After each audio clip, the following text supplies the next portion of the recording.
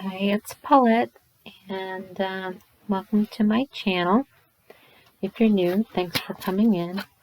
I know the sun's shining on me, but I wanted to do a video. I was writing it up, not knowing when I was going to do my next video, but with the sun just shining on me, I just felt guided to pull up the camera and hit record, just out of the blue. I just wrote a few things down, and I'm just going to go with that.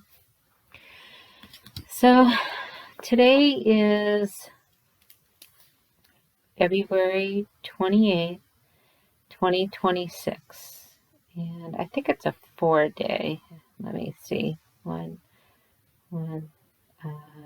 see here. 3, 4. Oh, is it a 5-day? Let me add it up real quick. Sorry. I'm not doing too well right now, but we'll be getting over this. You're probably able to calculate it better than me at this point.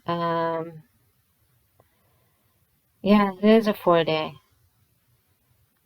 Because 2 plus 2 is 4. 4 plus 8 is 12. And then 2026 is a 1 year. Yeah, so it is 4.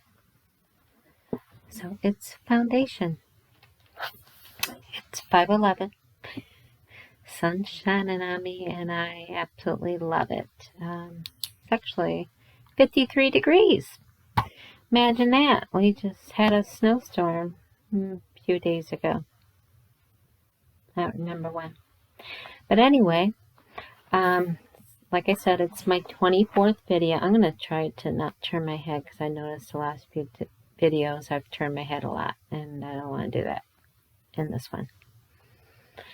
So 24 symbolizes divine government, worship, and priestly order. It notably appears as the 24 elders surrounding God's throne, which I really don't know what that means, but I figure I'm going to start understanding the Bible, I guess, through all these videos. I'm not much for reading. I'll read little clips. I'll listen to videos, but I'm not into the reading. But that, I guess, is in Revelations 4:10. And it represents the 12 tribes of Israel and the 12 apostles, signifying the unity of the old and the new covenants. And I didn't know what covenant, like I said, I don't know the Bible. So I didn't know what covenants means. It's a formal binding, a promise, and contract. I'm like, okay, Old and New Covenants. I know there's an Old Testament and a New Testament. So I did some research into that. So the Old, you guys might even know some of this. I don't even know. I'm learning. So via Moses at Mount Sinai, an unconditional contract based on law, obedience, and animal sacrifices for the nation of Israel. And the new is initiated by Jesus' death, unconditional covenant of grace, forgiveness, and inward transformation available to all people. So also 24 represents like 24/7, a complete cycle, represents the hours in a day, which is 24 hours. So, yeah, and I wanted to read from the Old Covenant versus New Covenant. And instead of writing it down, I'm just going to read this. So the old covenant established via Moses and Sinai was an unconditional contract based on law, obedience, and animal sacrifices, which I just said, for the nation of Israel. The new covenant, initiated by Jesus' death, is an unconditional covenant of grace, forgiveness, inward transformation available to all people. So here's a breakdown of the differences.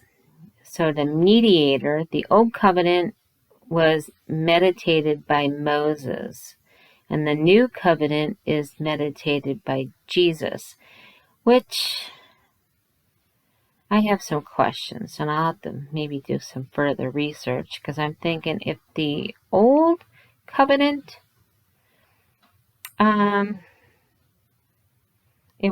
the old covenant was based on human obedience, and the new is based on faith.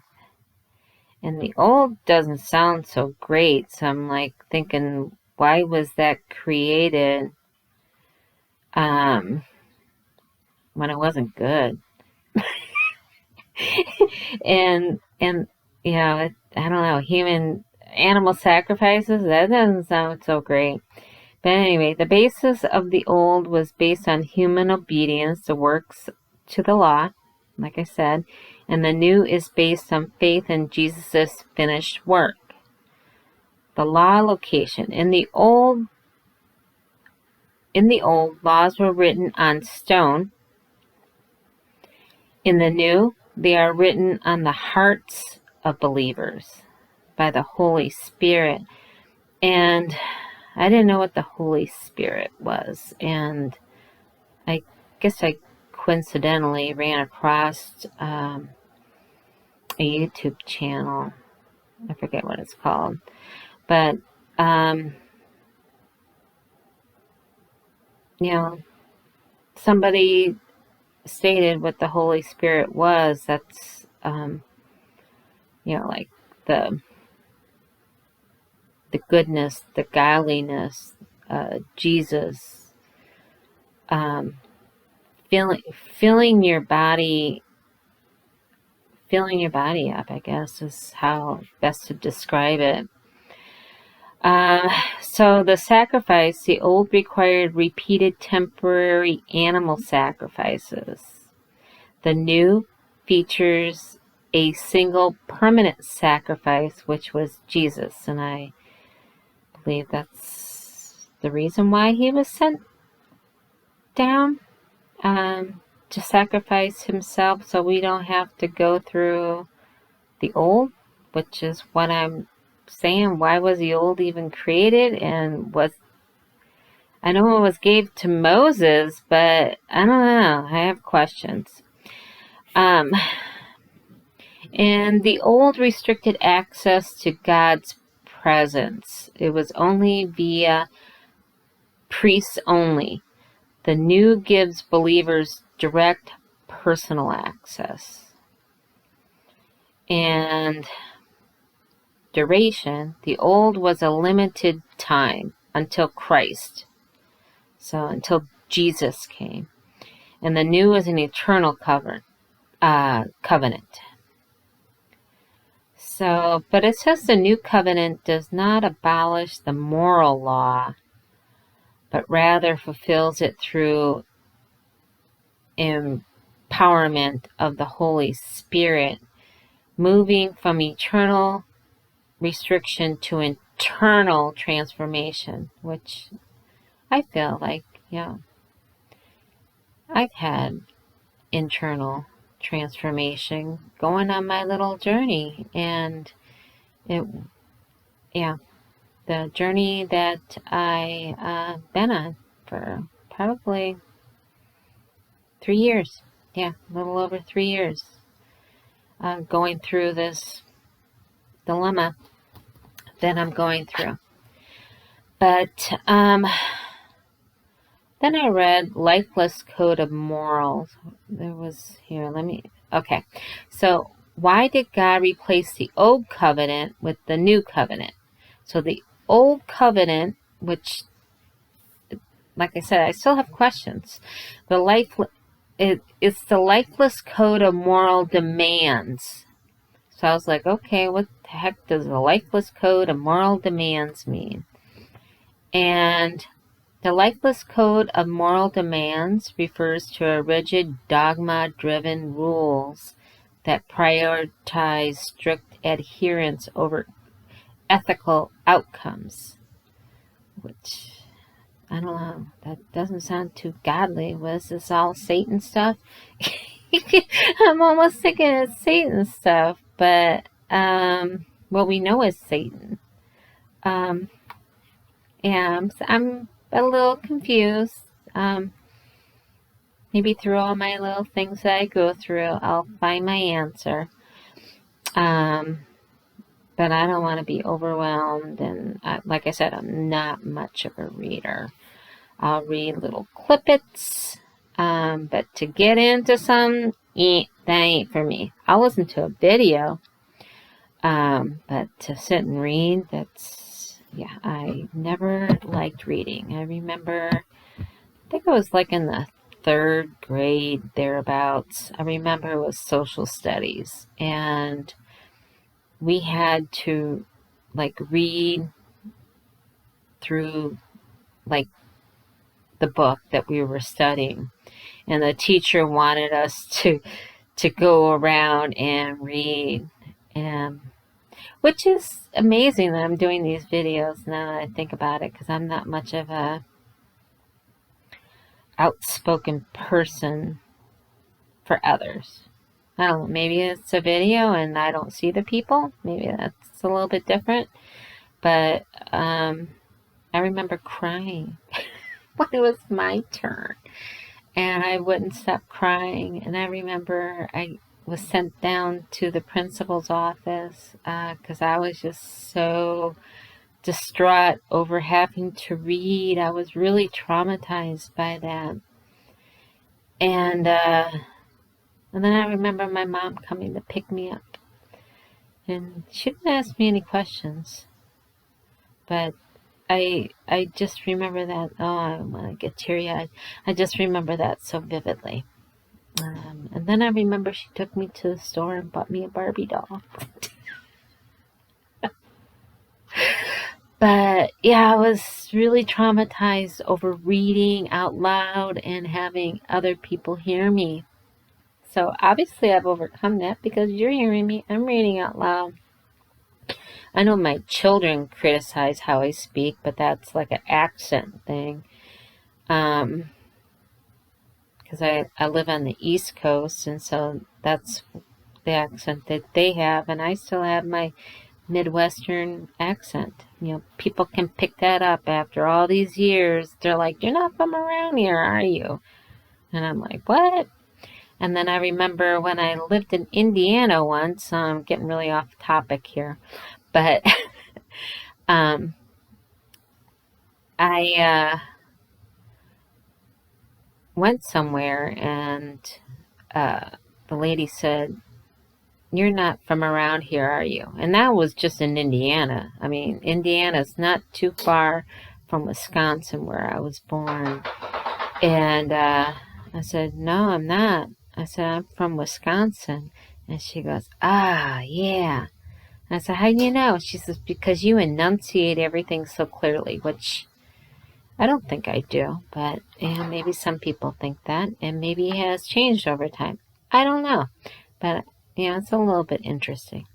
But anyway, let's get back to the lifeless code of moral demands.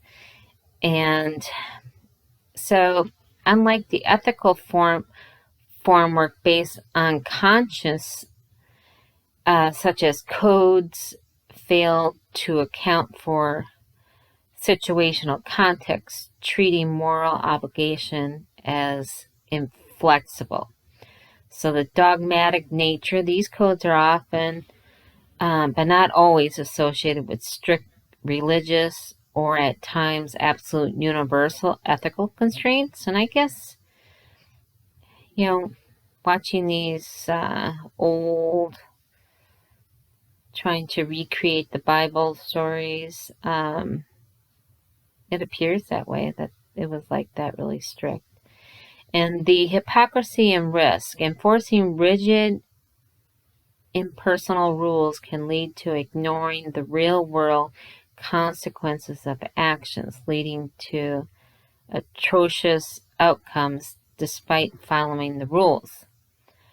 And the deviation from true morality, such codes lack the personal, experimental, and evolving nature of genuine moral compass, which should guide behavior rather than blindly strict it.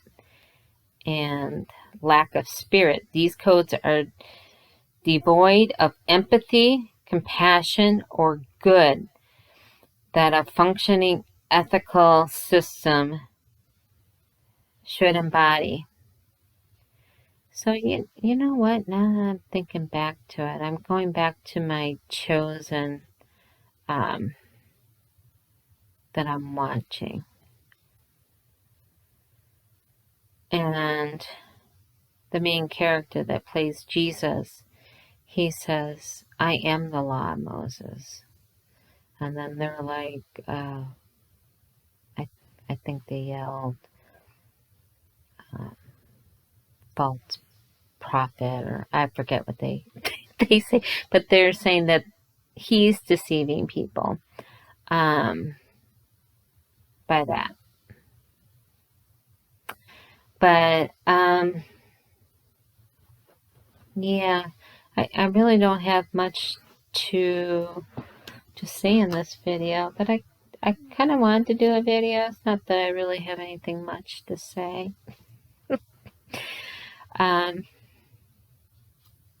But I'll keep it short so I don't bore you. And I know not a lot of people watch the videos, and that's okay. I don't care. At least I did them. And I got it out. It's for me.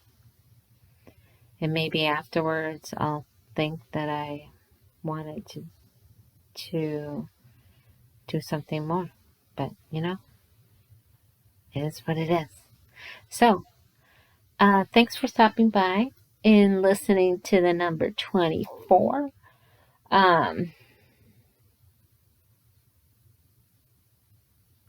Yeah, thank you. And I wish you all a great magical day. I love you all.